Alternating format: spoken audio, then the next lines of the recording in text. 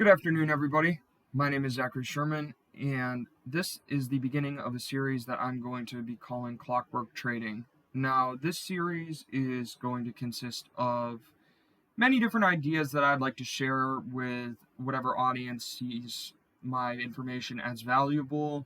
I'm going to be going over trading, investing, macroeconomic information, geopolitical information, giving my opinions, my thoughts, my convictions on the trades that I'm performing at this moment in time, etc., etc.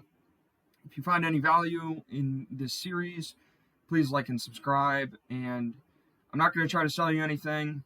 For the most part, this is just going to be archived videos of my conviction to see if I am right or wrong, because I'm not the person to tell you that I'm going to be right all the time. So these kind of videos are going to just be some information that is more tailored towards the trades that I'm performing at this moment right now. But if I get the appropriate viewership, then I'll probably end up branching out into different types of equities, derivatives, etc., etc.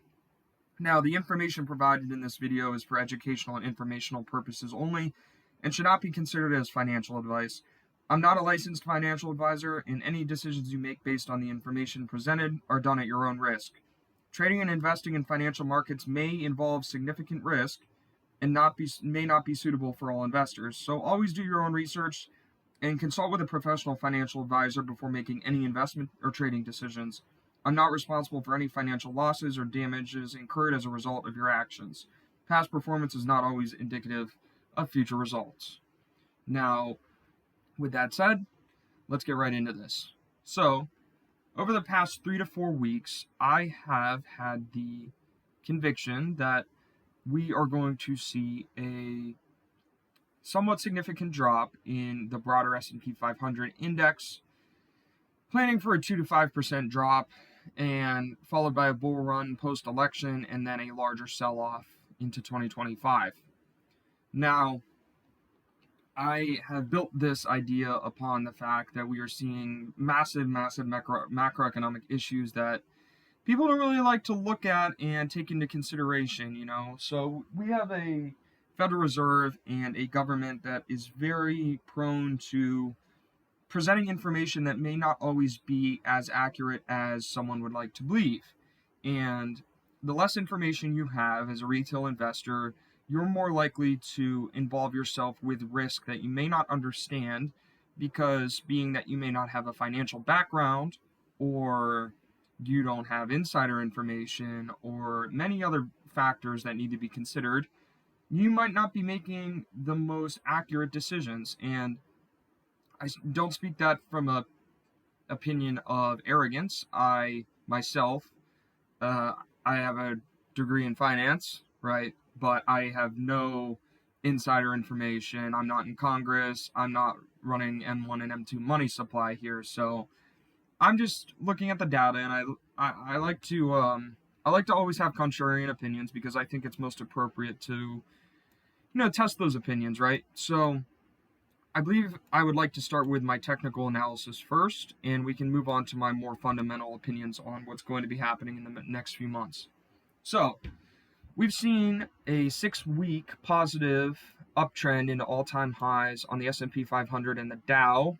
The NASDAQ itself has already gone through a topping process back in July and has not reached all-time highs since. So my trade that I'm currently undergoing is a call option trade on the VIX for a $35 strike price expiring in February 19th, 2025.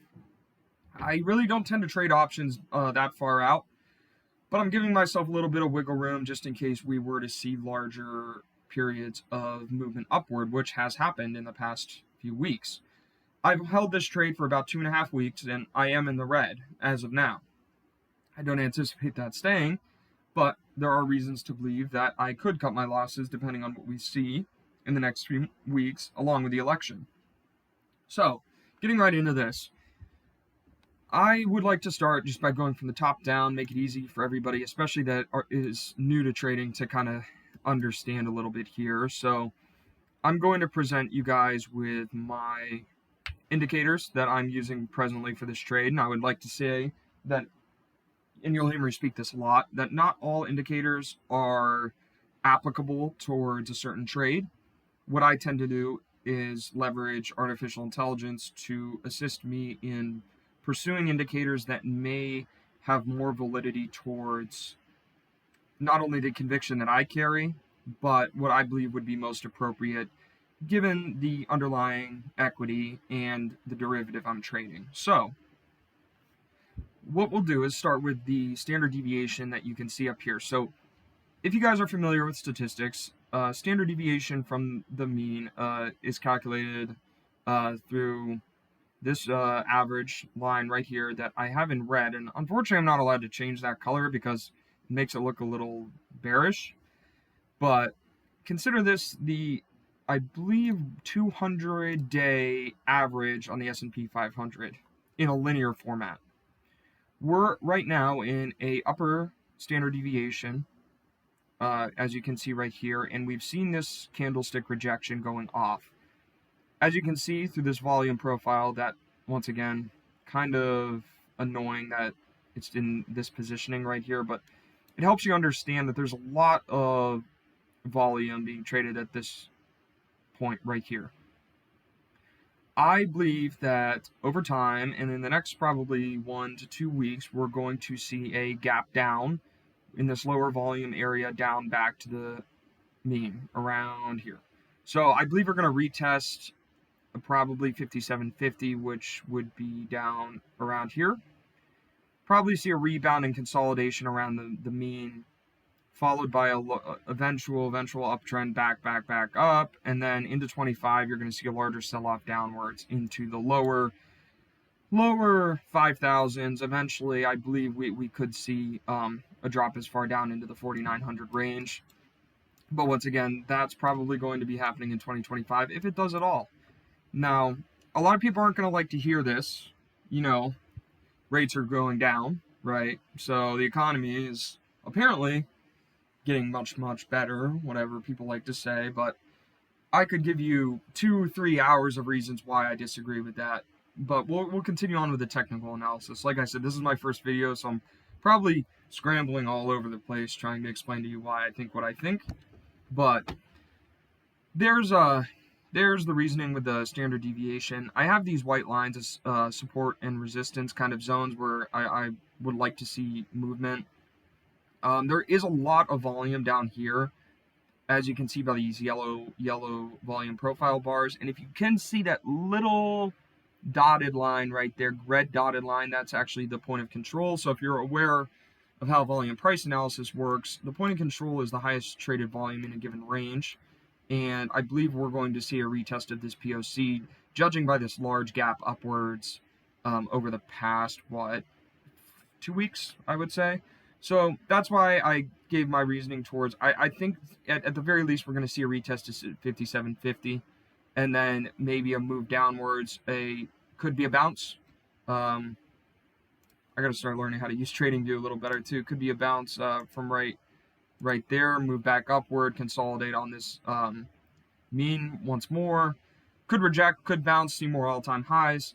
There's a lot of uncertainty going on in the market, and this is a great basis upon which I make my trade on the VIX, which, if you're not aware, the VIX is measured volatility on the S&P 500. So in a sense, if you understand how options works, the market index will have an implied volatility over the coming 30 days for the S&P 500, and that's directly what the VIX trades as an asset. Now, historically, it's been used as a hedge during periods of market sell-offs, and I believe that this would be an appropriate measure for anybody who's looking to either profit from a downward swing or hedge if you already are holding positions in the market as an investor.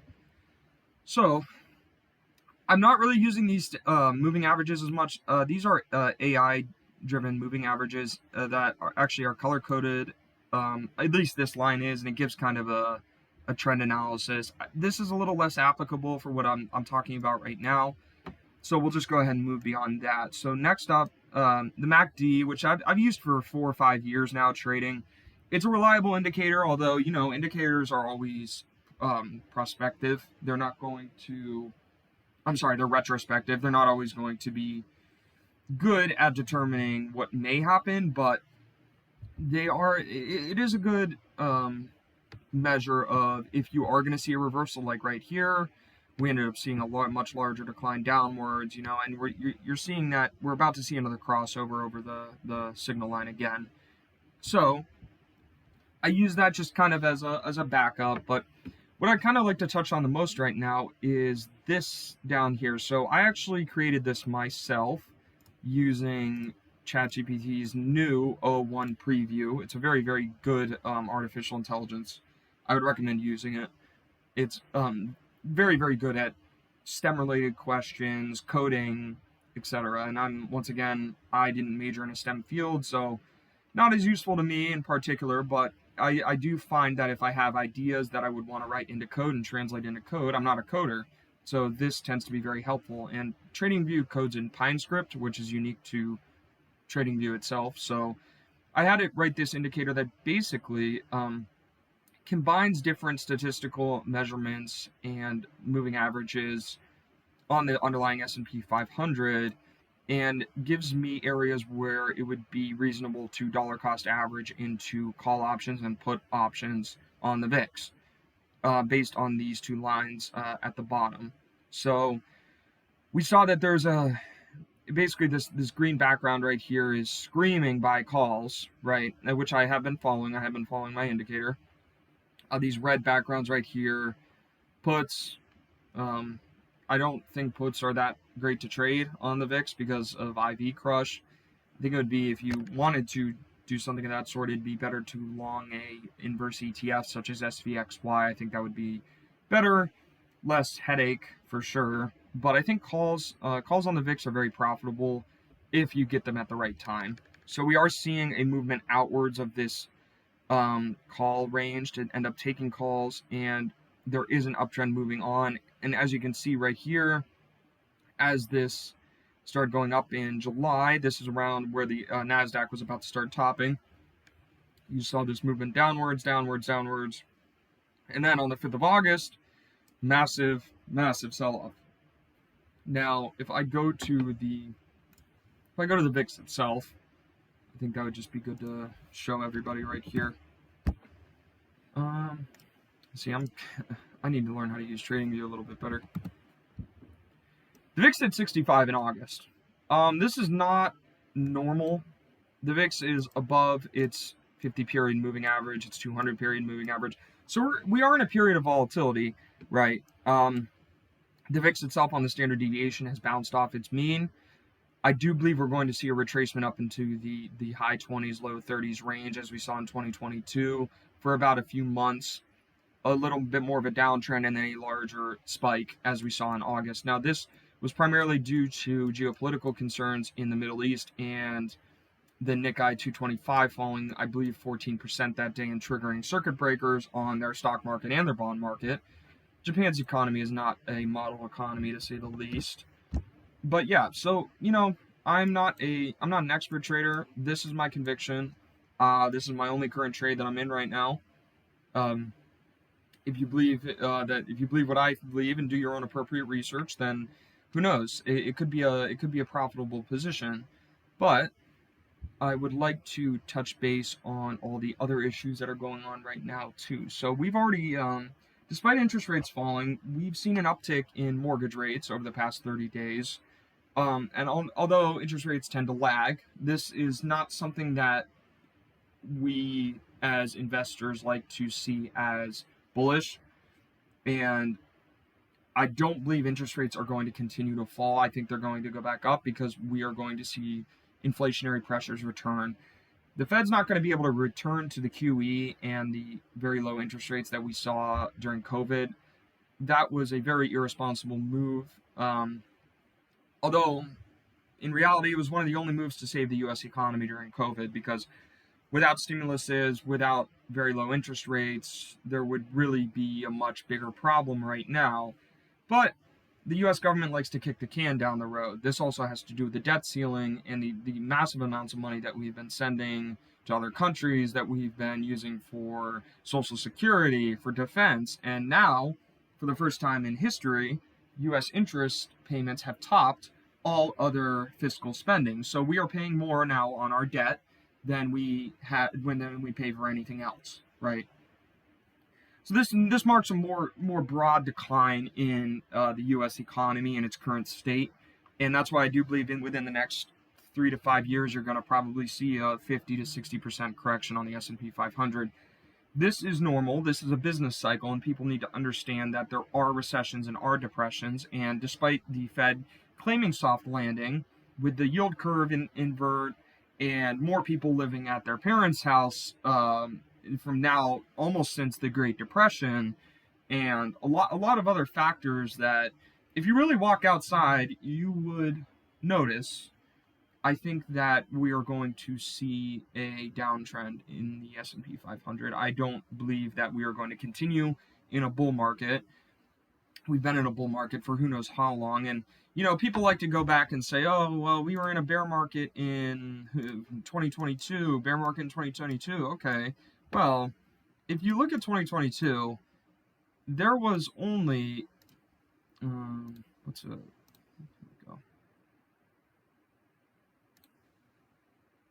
believe this was the low. So over a 280-day period, we saw a 27% decrease in the S&P 500.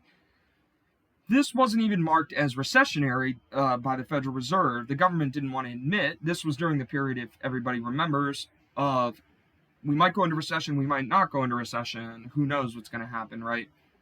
But this ended up recovering. We have since been able to essentially, quote unquote, stop inflation, although core inflation has still been going up. All you have to do is go get your rates on insurance, or look at the price of food, look at the price of gas. This is all unfolding as a house of cards would. And there are geopolitical issues. A lot of people don't like to think that we're in danger of a broader conflict in the Middle East and beyond. But over the past 70, 80 years, Americans have become very, very acclimated to a lifestyle of materialism and peacetime, and we haven't been faced with a broader, large conflict in the world since World War II, and we are approaching very, very, very disastrous scenarios depending on what happens in the Middle East. I don't really carry any opinions in particular, but I do want to say that this is something that people have to be wary of, and markets do tend to rise in the long run in periods of wartime, and economies also conveniently tend to get fixed in wartime too. So maybe that could happen, maybe it won't. Once again, I'm not telling you the future, I'm just telling you what I believe. I could be wrong, but once again, you're seeing on the weekly time frame here, we're in a very, very, very statistically rare position on the S&P 500, as you can see. Going back to the standard deviation on the weekly time frame now, these candlesticks are all on the weekly. The bottom in 2022 did mark its lower standard deviation. So once again, as I go to the weekly time frame, and this is for people who may be new to trading, these weekly bars, my standard deviation adjusts for 200 weekly bars now instead of 200 daily. So this is a 4-year average of what's happened in the market, and I like the number 200 because it's far out enough where it paints the right picture, but it's not too far out where it starts to throw in a bunch of outlier data from 2008, right? Those large scale recessions that we saw earlier on. But we are approaching this second standard deviation, which people in statistics would know is 95% on the second standard deviation. So a pullback is evident. Even if there's not a bear market, as an investor, it's only smart that you would want to see a sell-off and correction in the market to at least adjust prices down to equilibrium, right? Because we don't know in such a dramatic bull run what the real price of a lot of these companies should be valued at. Now, you could go down to EPS and look at all the fundamentals in all these individual companies and do all that research, but I tend to look at the macroeconomic scale. I look at the indexes, commodities, the broader markets, because they're more forthcoming and they give you a better picture on what will happen to the broader market, because NVIDIA could do great, right? NVIDIA has done great. A lot of millionaires have been made off of NVIDIA, right? But if the market starts to sell off in a broader sense, the company's fundamentals won't matter. So as a long-term investor, it is smart to look at those, but it also is smart to, once again, paint the picture on a broader scale. I believe we are going to see a pullback down into this lower range in the low 4,000s over time. And this could take a year, this could take longer than a year, who knows what's going to happen. But this is the basis in which I placed my trade. If I'm wrong, I'm wrong, and people will be the first to know on here that I will admit that I will tell you guys I'll sell. I'll tell you my P&L in percentage terms, and yeah, so that's what I have going on right now, and I hope you guys find something of value. And if anybody wants any trading help, trading advice, maybe just tutorials on how I perform my analysis, how I leverage AI to conduct my analysis and my positioning, feel free to ask. I also will link this meter in the description below. And yeah, so without further ado, I will end it here. But I anticipate to see a video detailing what happens in the next few days on Sunday. So thank you very much for watching, and I hope you enjoyed and learned something. Goodbye.